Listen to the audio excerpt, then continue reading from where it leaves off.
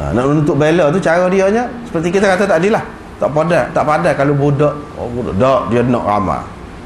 Kadang-kadang sampai 100 orang walah seorang ni. Kalau tidak, selagi tak boleh 100 orang, kita tak berhenti perang. Sampai lagu tu lah. Hanu bila kena 100 pula, nak balas lagi, berpanjangan lah perang tu, tak habis-habis. Kadang-kadang pucuk asal tu tak tahu dah. Asalnya sikit sangat je ke. Ni panjangan duduk perang ni kemudian tu bawa lagi. Jadi Nabi SAW isytihar kepada hari tu habis. Tak ada dah kes darah ke apa, batal, kira semula, start semula. Kalau sekiranya berlaku pula selepas pada ni, selepas kita jaga molek dah ke apa semua, berlaku juga, ikut cara kita. Tak ada dah hak lagu tu. Hak lagu tadi, maknanya orang perempuan kita tak pandai nak palah orang perempuan dia, kena orang lelaki. Hamba di kalangan kita tak pandai, kena tuan dia. Tak ada lagi. Hukumnya kutiba alaikumul qisas fil qatla al-hurr bil hurr wal 'abd bil 'abd wal untha bil untha. Itulah hukumnya, hukum Islam. Maknanya dia kira sama, serupa aja. Tak ada serupa jahiliah tu. Kalau hamba nak kena balas dengan tuan balik sana. Kalau orang kita perempuan yang kena bunuh, tak seri orang dia perempuan, kena orang lelaki kena bunuh, tak kira lah siapa-siapa pun. Dalam Islam tidak. Orang yang berkenaan itulah yang kena bunuh. Orang yang membunuh, apa nak eret hak lain, tak kena mengena. Jadi ni hukum Islam. Hadis ini menunjukkan bahawa perkara-perkara yang berlaku semasa jahiliah sebelum hukum Islam berkuat kuasa di mana-mana negeri, dia terbatal, tidak dikira. Tidak dikira. Walaupun begitu, bukan nak mengajar kita orang Islam, nak menggalakkan masyarakat supaya tidak menegakkan Islam.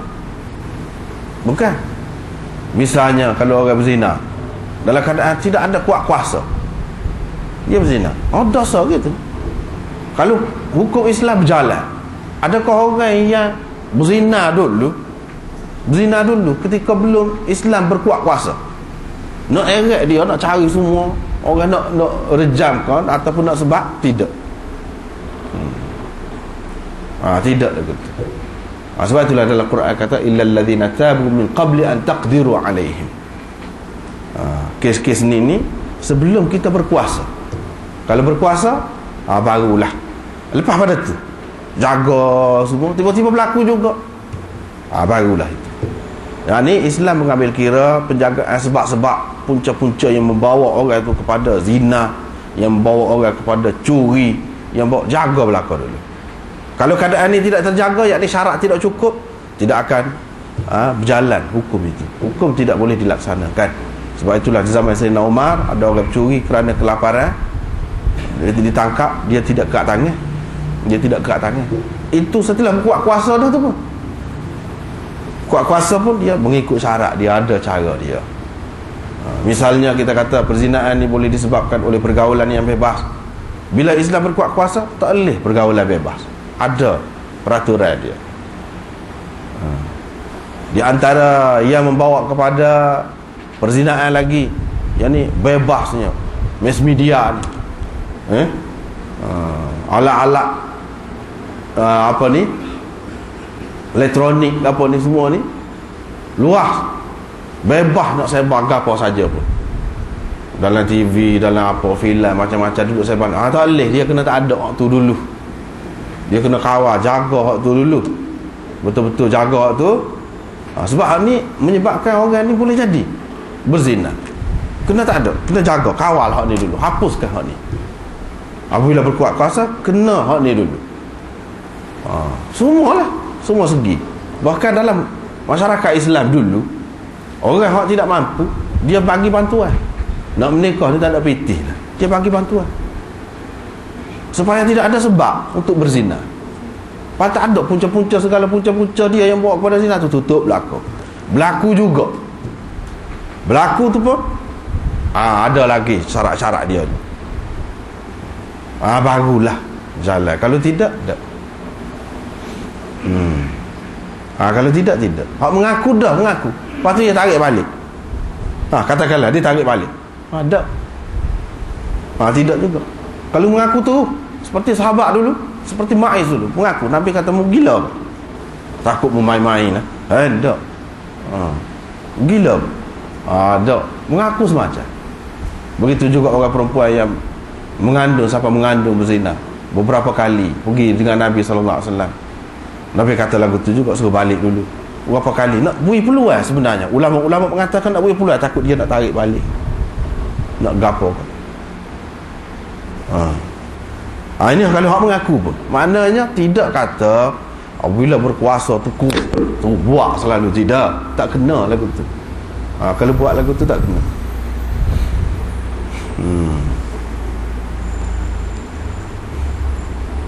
Jadi darah jahiliah, kes-kes darah zaman jahiliah terhapus, tak kira dah. Kalau ada bukti, sudah hapus kira lah, kita kata hak dulu, hapus kira, kita kira semula. Kalau sekiranya berlaku juga baru buat. Sebab apa hak dulu ni kalau nak kira tak ada kena mengena apa orang hak dulu perang. Kes sebenarnya punca dia tu tak tahu mana, tak tahu. Jadi kira hapus kira, kira semula.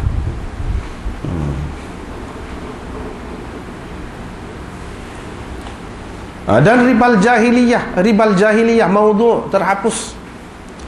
Riba yang mula-mula saya hapuskan ialah riba kita, dari kalangan riba kita ni, riba hak ramai-ramai orang duk buat ni, ialah riba Abbas bin Abdul Muttalib. Hak tu hak saya hapus mula-mula sekali. Dia istihad. Abbas tu pak saudara dia. Orang lain pun makan riba juga, tapi dia kata hak mula-mula sekali saya nak istihad, iaitu riba Abbas. Abbas ni pun makan riba juga.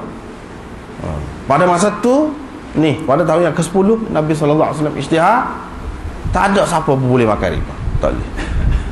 Semua kena hapus. Hak mula-mula sekali siapa? Hak pak saudara dia. Supaya orang tak ada ruang dah nak kata nak pergi merayu ke. Ni setara pak saudara dia. Orang lain lebih lagi lah, orang mesti akan berasa begitu. Lepas tu dia mulakan dengan anak-beranak dia sendiri, bukan dengan orang lain. Maka orang lain lebih mudahlah untuk mengikutnya, lebih mudahlah orang lain untuk mengikutnya, dan tidak ada ruang lah untuk orang nak merayu ke, untuk orang nak macam-macam lah caranya untuk dimaafkan dia. Jadi tak ada kemaafan lah bila Nabi SAW tunjukkan yang dihapuskan ini ialah riba Abbas. Riba ni riba yang maklum lah, zaman kita ni pun masih lagi duduk. Zaman kita lah lebih dahsyat lagi, lebih banyak lagi. Bahkan sistem kapitalis tu maknanya tegak dia atas asas riba. Dia hidup sistem tu hidup dengan riba, salah satu asas dia.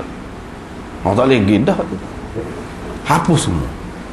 Yang ni bila Islam memerintah, ni boleh jadi orang kafir keliru, dia jadi tak faham. Dia jadi tak faham. Sebab apa tak faham? Kita tidak bagi penjelasan molek. Dia kena bagi penjelasan biar molek. Jangan ada halangan, jangan ada prasangka tak baik terhadap sesama Islam. Kalau ada orang ayat macam-macam, tak boleh lah lagu tu. Pihak berkuasa kau tak boleh dia buat lagu tu. Kecuali kalau dia ada cara dia berasa tidak sesuai lagu ni, bagi pandangan tu. Jangan sampai kebenaran tidak ditegakkan, tidak dinyatakan. Kalau kata tak sesuai, kalau nak ayat secara terbuka lagu ni, kita ada strategi kita, caranya lagu ni. Ayat molek. Jangan tak ayat, jangan duduk senyap, jangan tu buat lagu tu, tak kena.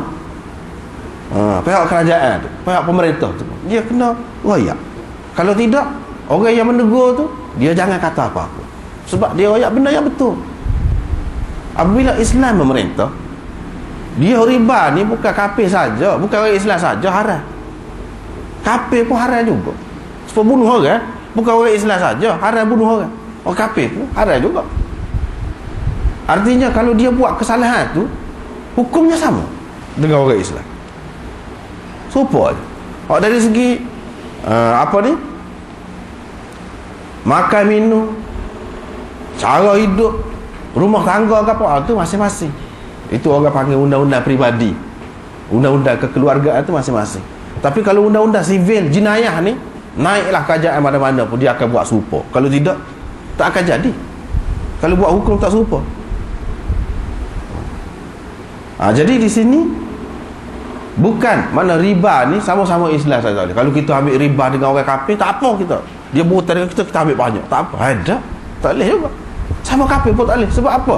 Ini bukan kena mengena dengan agama, ini kena mengena dengan kemanusiaan. Kezaliman ni keperitan dia tu, kepahitan dia tu, kesan buruk dia tu dirasakan oleh sesiapa pun, tak kira Islam, tak kira kafir. Di antara kebaikan Islam, rahmat Islam kepada manusia ni, hak tidak Islam pun, iaitu dia menyelamatkan manusia ni daripada menzalimi dan dizalimi. Tu kalau tak terima Islam pun, kalau jadi kafir zimmi, terima hukum Islam, duduk sebagai rakyat yang setia kepada negara Islam, dia tak terima Islam pun, itu akhirat. Dunia ni selamat, semua kurang, dunia dia selamat. Tidak ada siapa yang dia boleh buat nyaya, dan orang lain nak buat nyaya, dia tak boleh. Itu Islam, nak menyelamatkan manusia. Riba ni dia tak kira. Kesan buruk dia tu bukan buruk kepada orang Islam saja, dah, buruk kepada orang kafir pun buruk juga. Dengan sebab itu tidak boleh, Islam tidak benarkan. Kalau seperti kita sekarang ni lah, kalau terima hukum orang putih, semua pakar, Cina ke, Keling ke, ataupun Melayu ke, ataupun bangsa mana-mana ke, semua terima. Apa yang boleh terima? Kita berasa dia adil. Adakah Islam yang mengharamkan riba ni tidak adil? Itu persoalan. Dia kena bagi penjelasan dengan molek. Kesan riba ni, cuba royak molek kesan riba. Itu satu perkara. Perkara yang kedua, ini masalah semasa lah. Masalah semasa. Kadang-kadang sekarang ni buka kaunter sana, kaunter sini, kaunter syariah, apa panggil, kaunter apa dia, apa panggil, cara Islam secara keseluruhannya, mana masih lagi secara konvensional, secara biasa, mana masih lagi riba. Hak ni saja tidak terlibat, hak ni saja, sebahagian saja. Sebenarnya kalau nak mengikut Islam, kalau betul-betul bertaubat, kalau betul-betul taksir, dia tak boleh semua. Dan orang hak buta dulu, dia kena hapuskan maudhu'. Hak dulu, sekarang ni kita nak buat cara baru, nak buat cara Islam ni. Hak dulu kita hapuskan. Hak mana orang buta dulu, cara riba tu hapuskan, berhenti. Lepas ni tak ada. Wa in tubtum falakum ru'usu amwalikum la tazlimu wa la tuzlam. Itu prinsip Islam. Kalau kamu betul-betul bertaubat, taksir, kamu berhak mendapat hak kamu, modal ataupun hak pokok, hak kamu bagi berhutang dulu. Ni kadang-kadang orang tu berhutang pada tahun kita kata 70, berhutang 3,000, sekarang ni jadi 50,000. Bayangkan, bayangkan, dia berhutang 3,000 dulu, dia cagar tanah dia tu harga 50,000, sekarang tanah dia dilelok. Tidak nyaya kalau tu. Islam kata hak cara adilnya, kalau betul-betul kita bertaubat, ambil hak asal. Orang tu berhutang apa? 3,000 ambil, duduk senyap, la tazlimun wa la tuzlamun. Dengan cara begitu kamu tidak menzalimi orang dan kamu pun tidak nyayang. Tetapi konsep kapitalis ni kata nyayang lah. PT kita 3,000 dia ambil, lawan mana tak bayar, dia kata. Dia kata lagu tu, logik dia ni. Kalau lah PT kita 3,000 tu kita laburkan di mana-mana, boleh jadi 50,000 dah, kata dia. Waktu dia buta dah, kita tak boleh nak kerja, tak boleh nak berniaga. Logik dia. Sebab itu menasabah kalau kita ambil banyak lebih, dia kata lagu tu. Logik Islam pula tidak kata lagu tu. Dia kata belum tentu lagi hak kita tak boleh berhutang. Boleh jadi ada juga 3,000, kalau tidak bankrupt langsung kita.